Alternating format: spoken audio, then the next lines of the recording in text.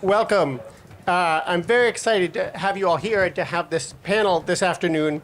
My name is Ben Longstreth. I direct the carbon capture program at the Clean Air Task Force.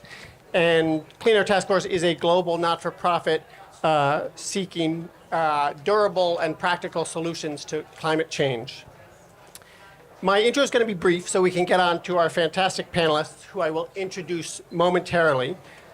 The core question that we're going to talk about is what the role is for carbon capture and storage in a high climate ambition future.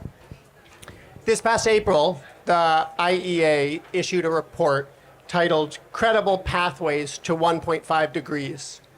The report identified just 4 pillars that we need to focus on in order to stay on that pathway. Carbon capture and storage was one of those 4 key pillars.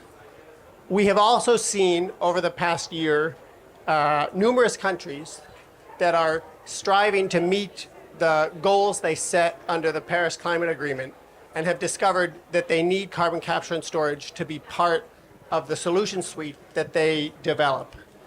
Denmark, the Netherlands, the UK all went through this process and have made CCS a core feature of their climate plans. Today, we will hear from a range of countries and states on 3 continents about the role that CCS can play, that it has to play, in our view, in reaching ambitious domestic and global climate goals. I will introduce our panelists briefly, and then we can get on. Justina Gallegos is the Deputy Director for Industrial Innovation at the White House Office of Science Technology Policy in the United States, and has also served as a partner in a number of ventures, including the Equal Opportunity Ventures company. Secretary Wade Crowfoot leads the California Natural Resources Agency, an agency of, I think, 125,000 employees in the great state of California, and has been integral in planning out California's climate plan and decarbonization plans. Dr. Belladonna Marliana, is the special advisor for the Minister of Maritime and Investment in Indonesia and the director of the Indonesia CCS Center. Finally, Isabella Moorbach is a lawyer and co-founder of CCS Brazil, an NGO that is dedicated to advancing climate action through carbon capture in Brazil. Okay, I will join you all down here, but as I do that, Justina, I'm going to tee you up. I'd like to start with you. Can you address the role that you see CCS playing in meeting global decarbonization goals? Sure. Thank you so much for having us and for convening on this really important conversation and topic. So want to just zoom out for a minute and share the U.S. approach and how we are thinking about this. So we know the urgency of the climate challenge is real, but so is our ambition. And the president has spurred the most aggressive climate action and suite of legislation in U.S. history. We have passed the Bipartisan Infrastructure Law and the Inflation Reduction Act and the CHIPS and Science Act, which together have spurred a clean energy boom that is accelerating both deployment and manufacturing of clean energy across the U.S. And in nearly every corner of the country, we are seeing factories being stood up, steel being put in the ground, and clean energy jobs coming online that are offering high-paying wages and really jobs with dignity to folks who wouldn't otherwise have had those opportunities, which is really important. We're also seeing through the IRA an unprecedented certainty for industry, particularly because many of the tax credits are available for at least 10 years, some even more. And so when the president often says that the clean energy transition is going to be public sector enabled, private sector led, that certainty is really important. We also know that, very simply, the IRA is good for the world because of the size of the challenge of climate. we know that we can't go it alone, of course. And there are projections that the IRA will bring down the cost of clean energy deployment by as much as 25%, which is very exciting. And we also know that given recent external analysis, we found that for every ton of carbon the IRA reduces in the US, it will slash up to nearly 3 tons outside the US, which is incredible. We also are thinking about how we are addressing climate change via a systemic portfolio approach. And in addition to accelerating renewables, lower carbon fuels, and non-CO2 reductions, we know that carbon management plays a really important role in our larger 2050 and, of course, 2030 strategy. Put very simply, every ton matters, which is why we're here to talk about carbon management. Studies have shown there are anywhere between 400 and 1,800 million metric tons of CO2 removal per year needed to meet US 2050 goals. And we also know carbon management is critical for hard to decarbonize sectors, which represent about 30% of US emissions. So we can't get there fully without carbon management, which is why we're so excited to be deploying this suite of tools, which I'm sure we'll get more into. And so I'll pause there, but there's a suite of activities that we are taking to address this, but no, carbon management is critical to our larger approach. Thank you so much. That's a wonderful introduction. Secretary Crowfoot, can you speak to the urgency of climate action? In other words, why does California believe we need to achieve ambitious levels of action today? And how did California come to see carbon capture and storage as a necessary part of the climate solution? Yes, absolutely. It's great to be here and to learn from colleagues across the world about carbon capture and storage. I mean, most broadly, California is here with a strong message, which is the world needs to move further and faster to reduce carbon pollution. And I want to be clear that we're also focused in California on driving the conversation about phasing out fossil fuels. And that's really important to have in this conversation because sometimes carbon capture and storage get talked about as a way to perpetuate the ongoing use of fossil fuels far into the future. California, which believe it or not would represent about the 5th largest economy in the world if it were its own country, is driving really strong climate action. So we have a law in California to achieve carbon neutrality by 2045, 100% clean energy by that time. And as part of that, our agencies have developed a roadmap to identify exactly how we're going to do that, which brings us to this conversation. We are driving carbon out of transportation, out of energy generation, out of industry, but we will not meet our net zero target, our carbon neutrality mandate, without carbon capture. We are focused on better land use practices to ensure that we do more natural sequestration. Right now, our landscapes are actually a source of emissions as a result of our catastrophic wildfire crisis, and our goal is to make our lands and our forests a sink. But we know that natural sequestration, while helpful, won't actually get us to the amount of sequestration that we need, which is really what brings us to carbon capture and storage. We're very thankful for President Biden's leadership in the United States, enabling investments in this technology. And frankly, we're looking to partners across the world to better understand how we can get projects in the ground. That's really the big challenge right now. Governments like ours in California have concluded that we need these projects as soon as possible, but we don't have the legal and regulatory frameworks worked out to get these projects in the ground really quick. So we're focused, we want to learn from this international community about how to do this in a safe way, in a way that that takes into account the perspectives of those that have been burdened by environmental pollution in the past, and in a way that doesn't distract us from the primary goal of reducing pollution. Excellent. Well, we are here to try to help with all of those steps, and collectively, I think we can get it done.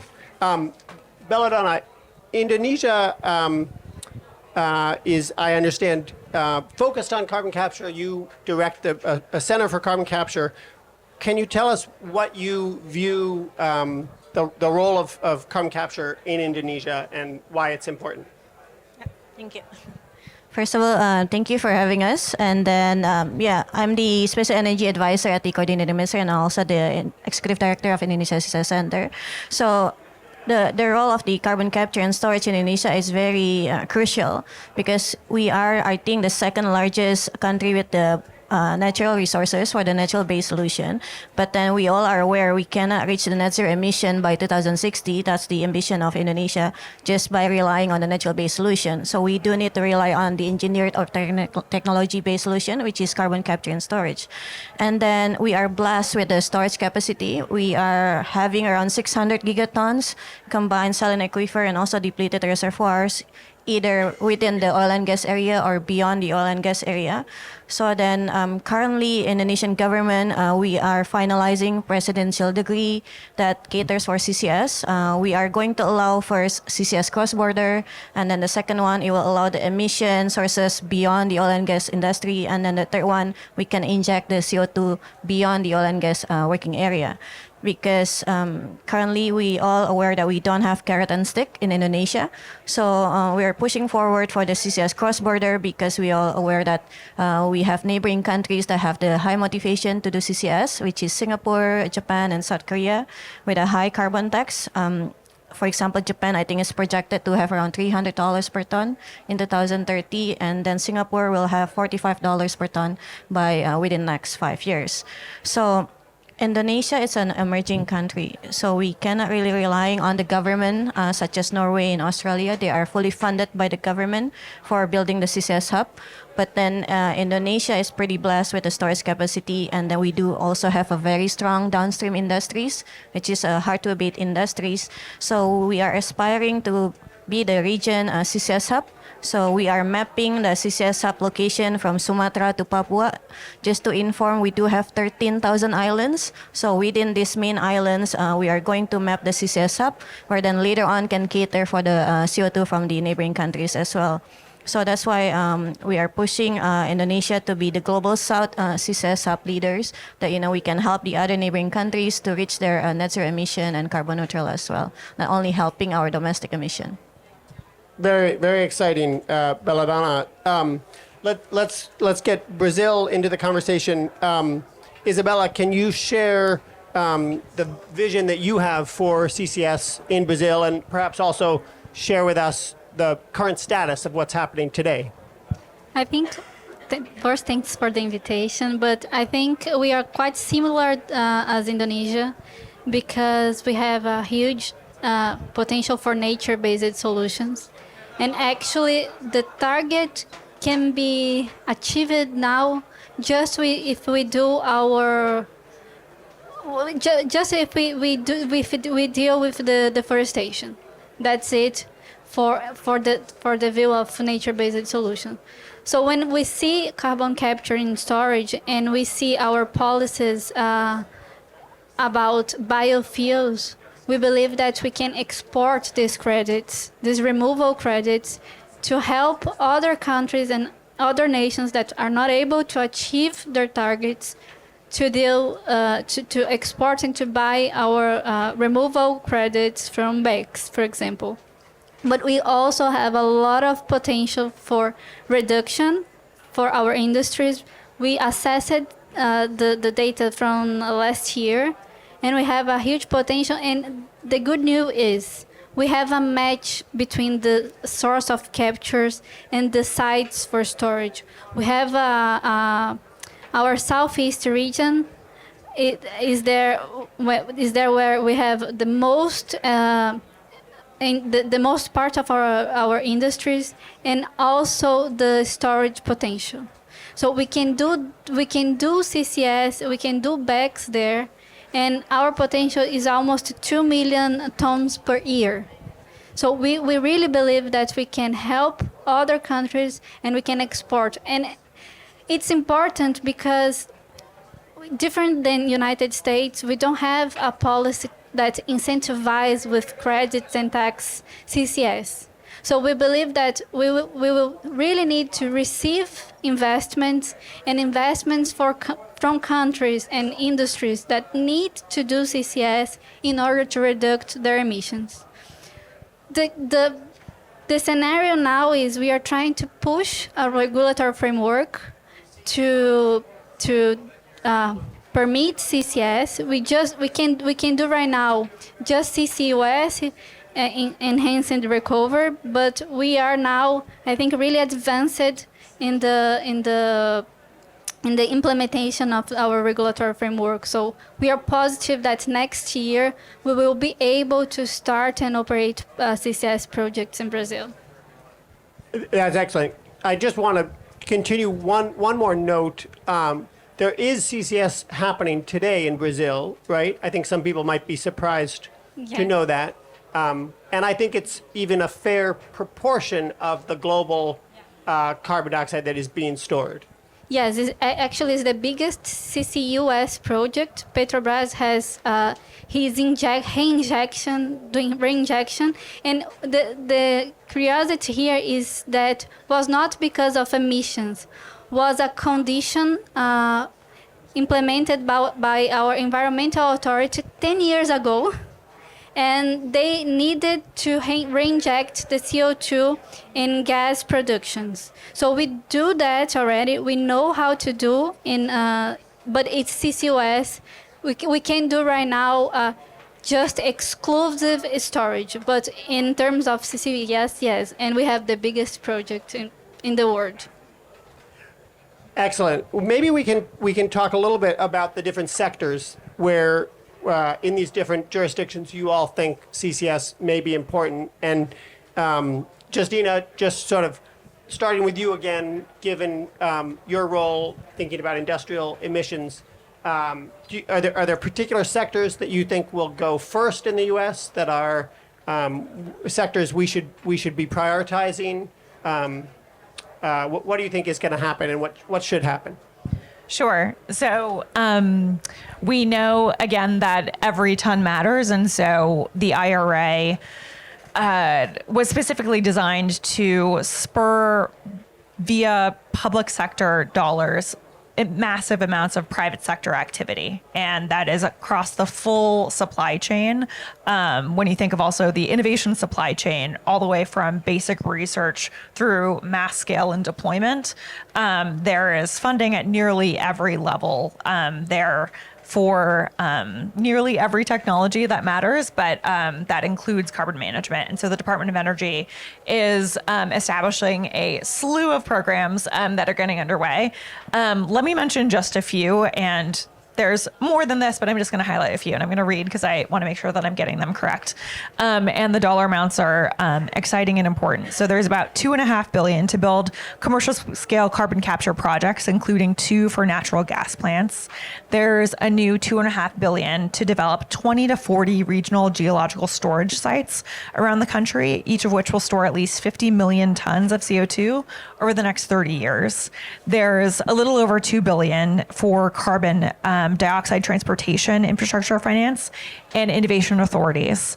DOE is also investing over $1 billion to develop the first 2 of 4 regional direct air capture hubs. There's also, which has been widely covered, $7 billion for 7 new regional clean hydrogen hubs, which are set to produce about 3 million metric tons of hydrogen annually. And we know these are, of course, critical for hard to decarbonize sectors. And there's a slew of other programs that our Department of Energy is leading on this front.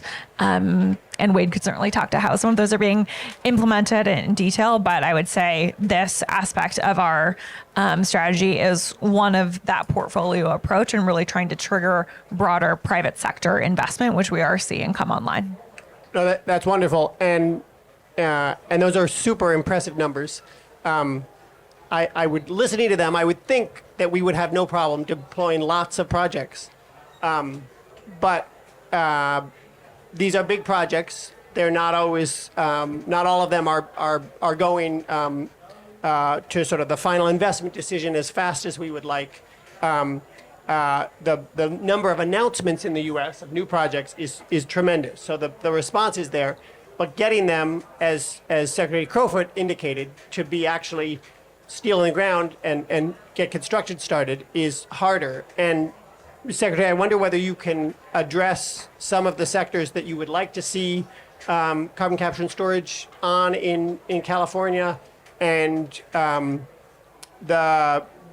sort of what your priorities, state priorities are in that regard, and we can get to things that are needed later, or if you have ideas for solutions to make it happen now, go for it. Well, I'll say right now, our priority is really creating the pathway for projects to happen.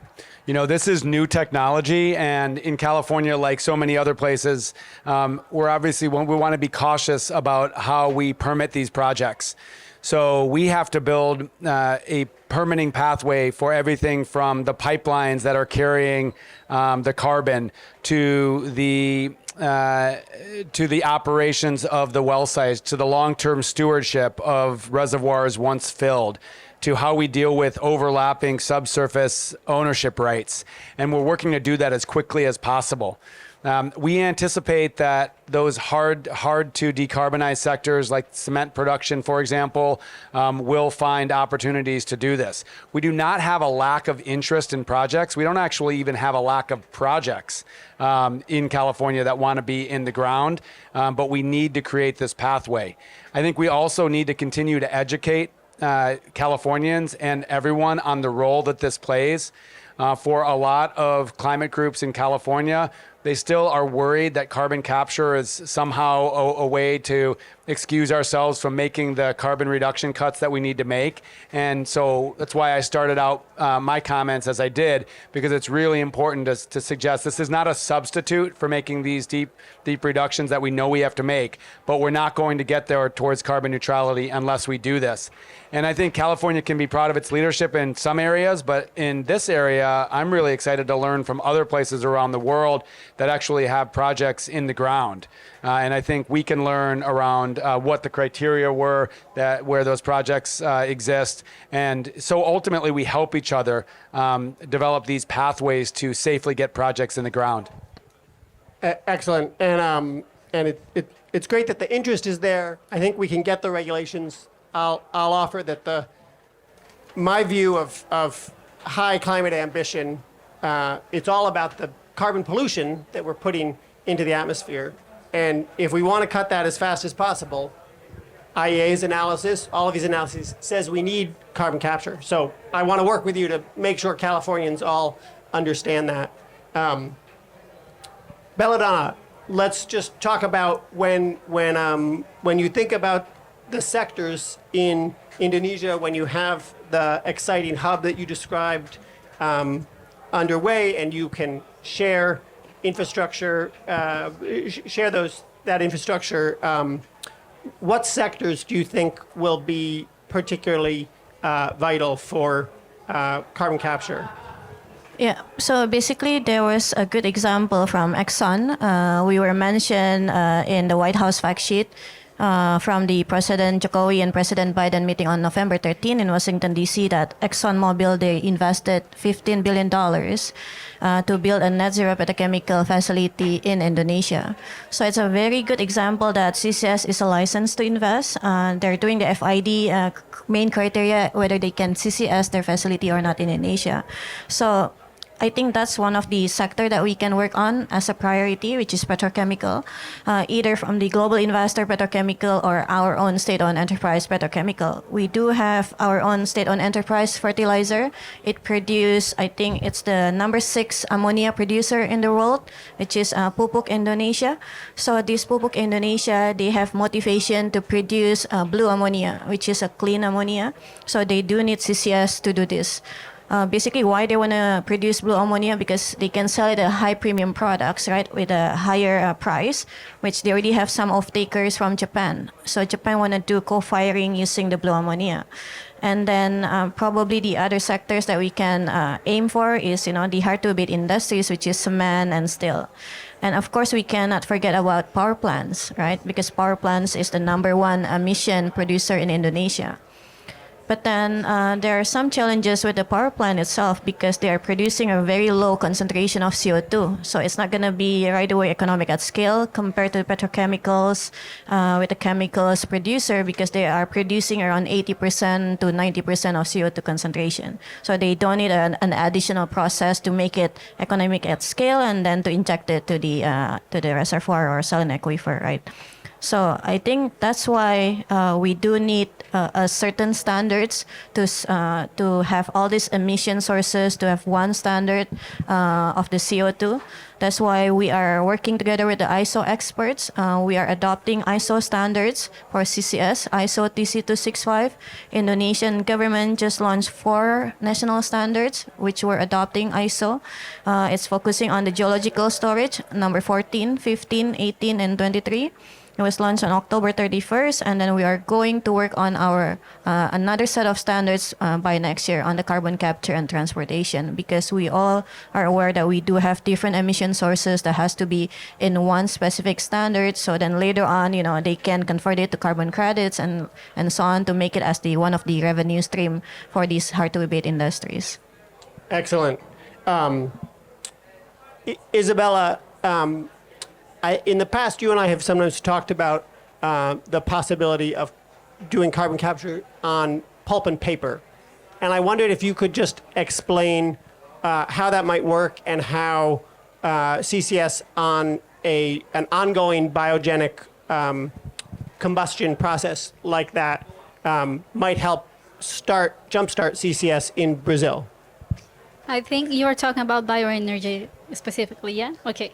I think, first of all, we have now announced a project, a huge project from an ethanol company, which is right now doing the seismic tests. So they are trying to push as fast as they can, and they are just waiting the regulatory framework. And I think this is a signal that this will be the industry that will really push CCS in Brazil. And there is an explanation. It's the main industry that is relying on carbon credits to put this kind of projects in place.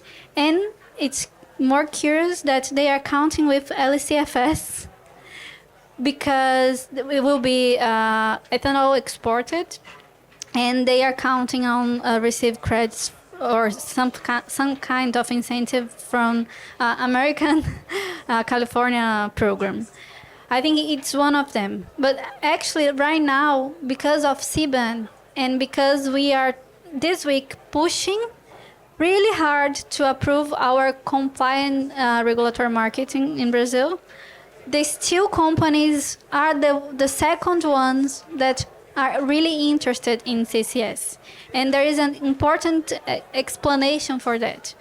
The first one is that they export a lot for European countries, so they are really worried about pay CBAN. But also the draft of the legislation that we are now approving in Brazil doesn't limit a lot the offsetting. So how the steel companies will meet the target if they can't offsetting a lot? Because I think 1 year ago they are relying on reforestation credits to offset their emissions, and this bill is limiting this.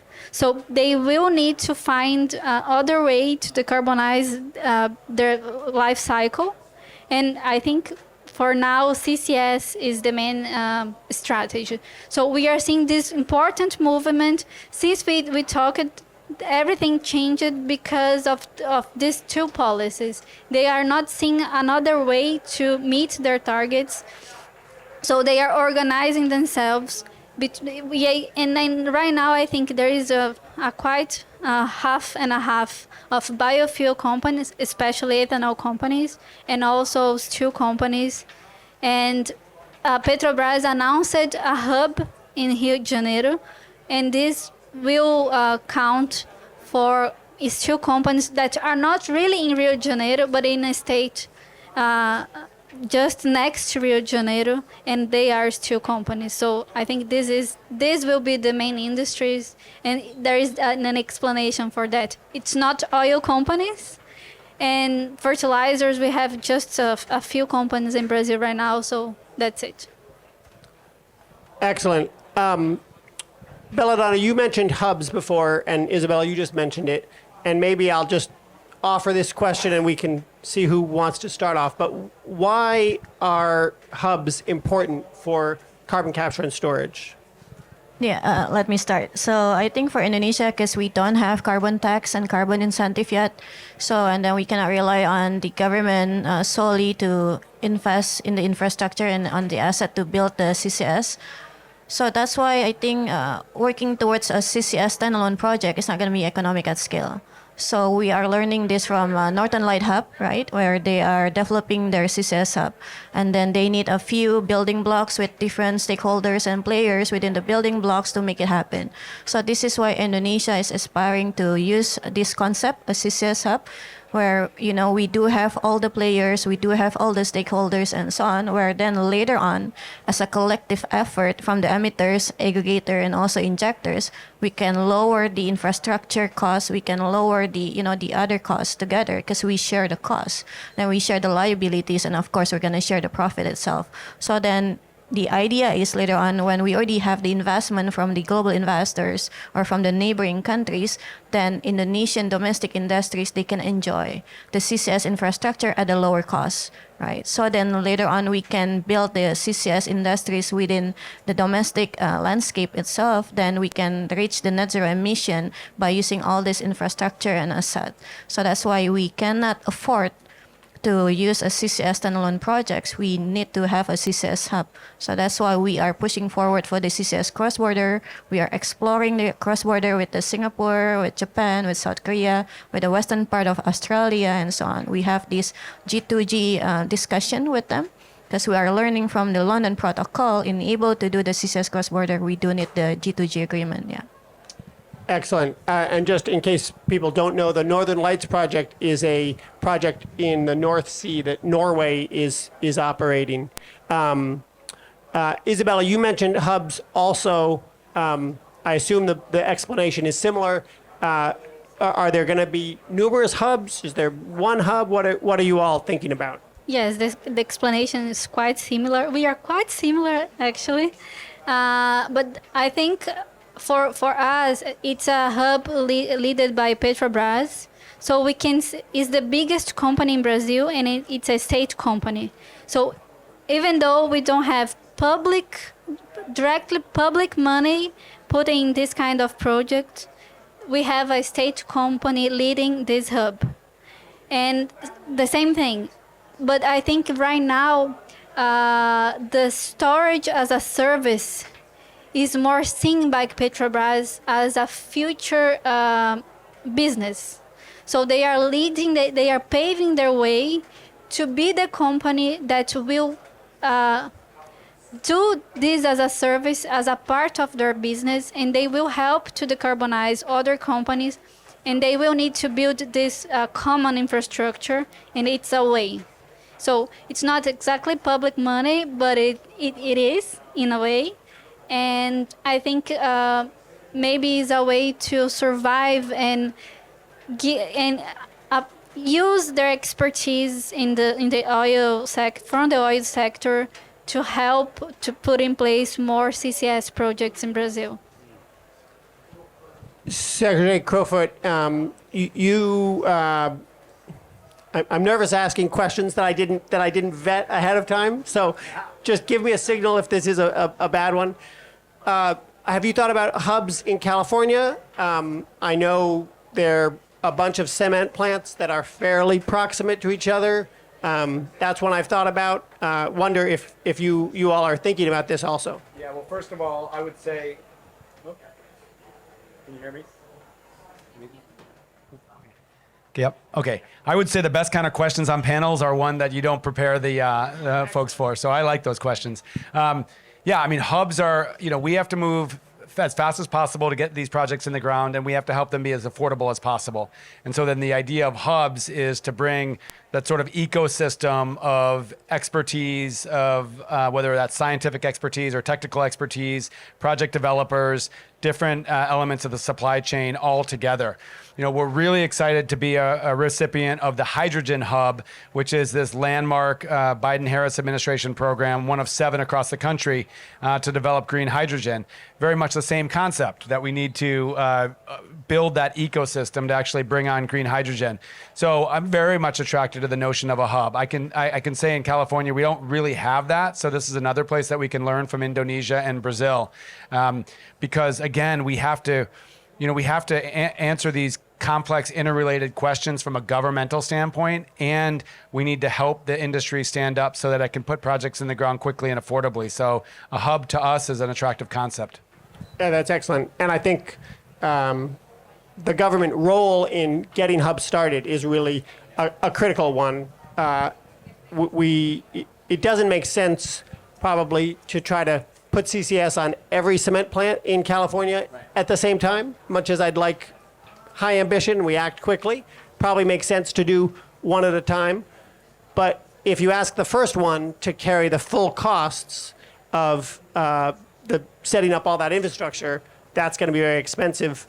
Indonesia, I like your approach of looking to your neighbors with higher carbon prices than Indonesia is willing to bear at the moment. Well, I think we're running close to the end of our time. Maybe I will just have you all summarize your thoughts with thinking for a moment about what it is we can do, speaking of this collaboration, as we move forward, working together to try to advance projects. We've heard some from each of you already on this. Justina, maybe you can just mention for a moment, you talked earlier about how investments in the U.S. can lead to emission cuts around the world. You also mentioned some of these natural gas CCS projects that are being funded with that $2.5 billion. There also are going to be 2 industrial projects. Can you explain how it is that you think those might lead to additional projects elsewhere? Sure. Thank you for that great question. So part of the theory of this broader investment across the U.S. is to bring down deployment costs of critical technologies that we know the world needs by leveraging the robust U.S. innovation and commercialization ecosystem and turning that towards the critical challenge of bringing all of the necessary clean energy technologies online as quickly as possible. And so we were just talking about hubs a minute ago.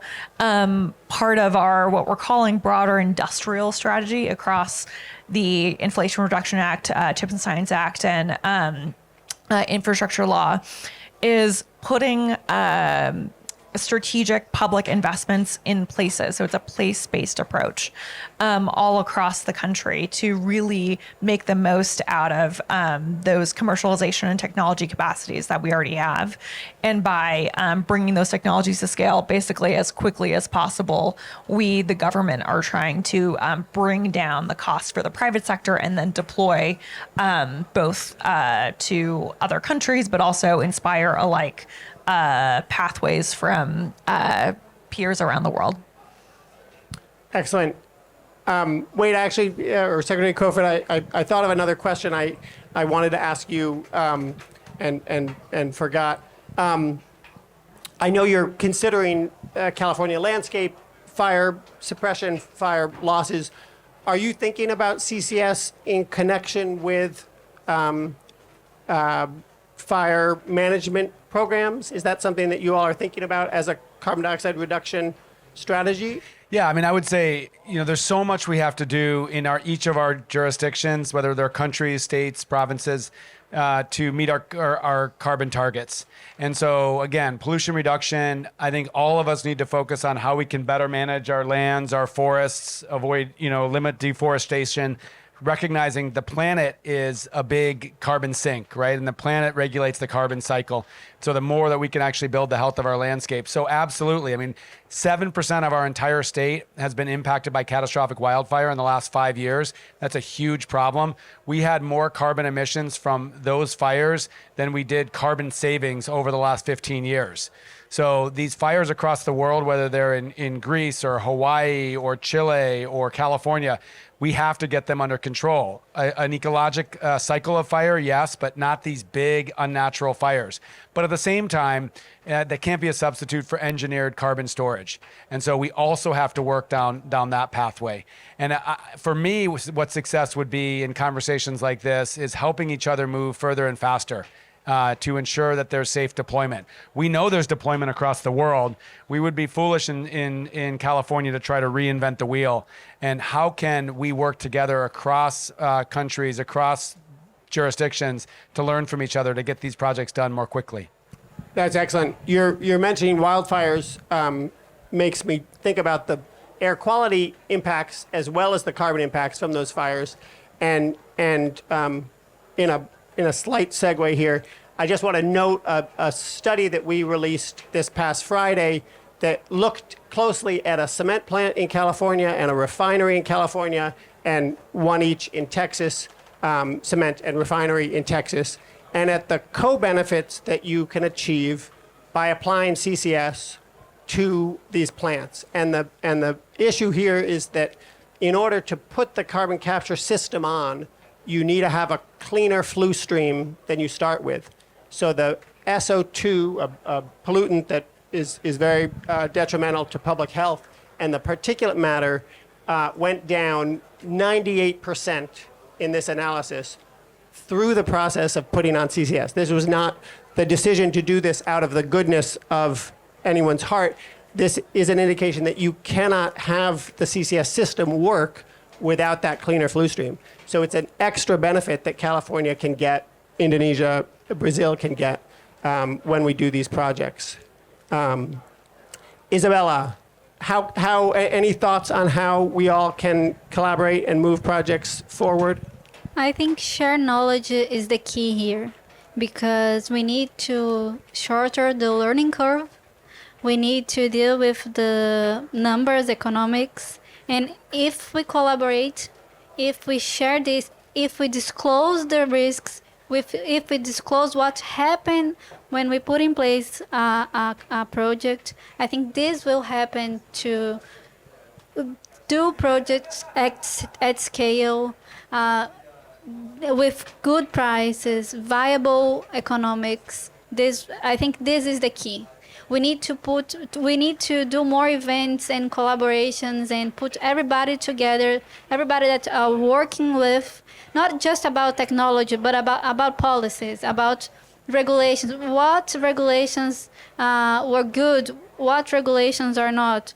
If someone in the first regulation said something like, well, we will need to deal with long-term liability, maybe the projects that were closed 10 years ago didn't have to close, because the companies will feel safe to do projects. So I think share knowledge about everything, about the crisis, about the risks, about everything that went wrong. I think this is the key.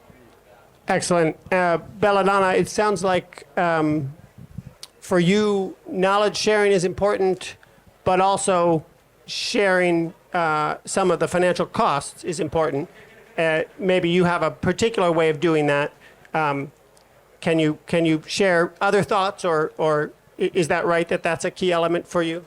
Yeah, I think there are two main challenges for CCS, right? So the first one, how do we make money out of it, right? It's pretty capital intensive. So we held a workshop with Standard Chartered a few months ago, and then a good thing about it, the managing director was oil and gas expert. So he knows how to the risk the risk, right? So then, if the people in the banks and the financing institution, they know how to evaluate the projects by de-risking the risk, it will lower the cost, right? So I think it depends who we're going to talk with, right? So it's pretty important to find the institution that understand the business itself. It's a high-risk business, but of course, it's going to have many multiplier effects in a way, right?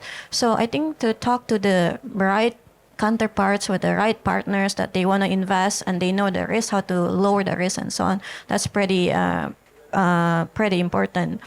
And then I think the second one where we can also get the funding in the end of the day is we have to build the same narrative, right? I mean, we all know that we're pretty having challenges together, right? I mean, there are many natural-based solution leaders that are not in the same pitch with us, right? So I think we have to embrace the other solutions and then, build the same narrative, give them the understanding. We cannot just choose one over the other solutions. We have to work together and so on, right? So that's what we're facing in Indonesia.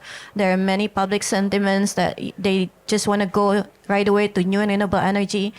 But we do know they are not a base load yet. They're not continuous solution yet, right? Even though in Indonesia we do have geothermal and so on, but then other than that, we don't really have a very baseload solution from new and renewable energy. So I think the second one, we have to build the same narrative, right?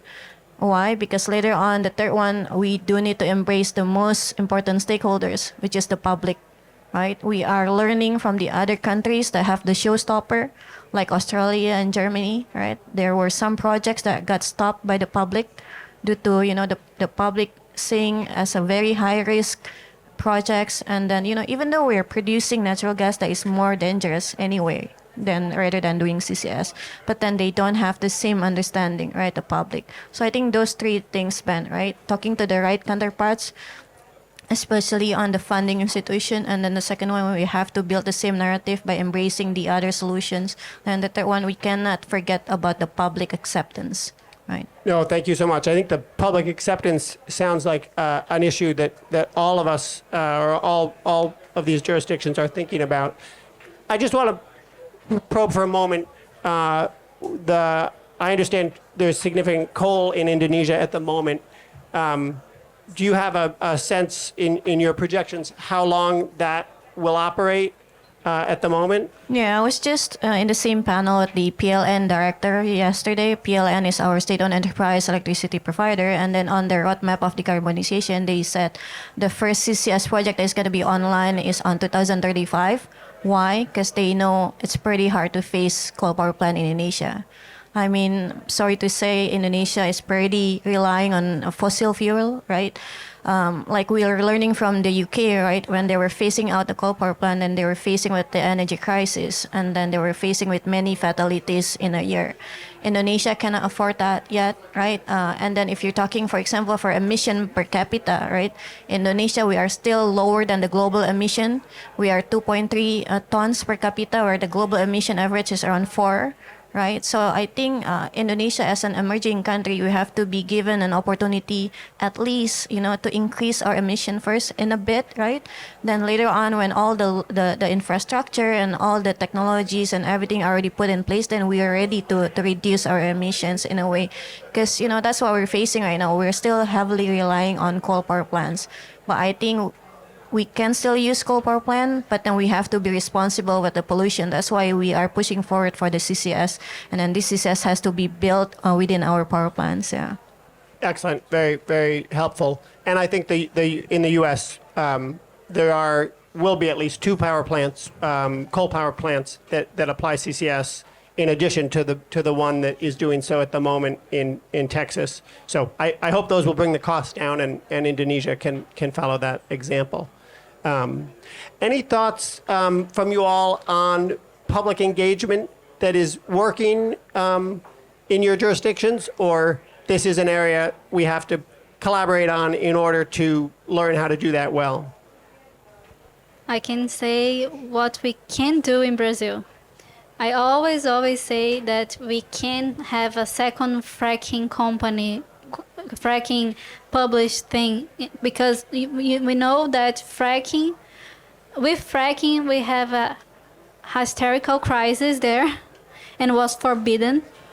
So our main, what we are thinking right now is that we need to inform the society and explain what CCS is before some organizations that are against CCS convince the society that is risky, that is not for us, or something like this.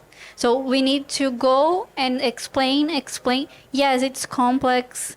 All the time someone asks me, will blow it out if we put CO2 there? All the time. So we need to inform, and we need to do this effort to explain what is it, how we put CO2 in a geological reservoir before people go and do these kind of things. Because right now, fracking is really forbidden in Brazil. There is local laws, even though they can't say that. There are 2 states that cannot talk. You cannot talk about fracking.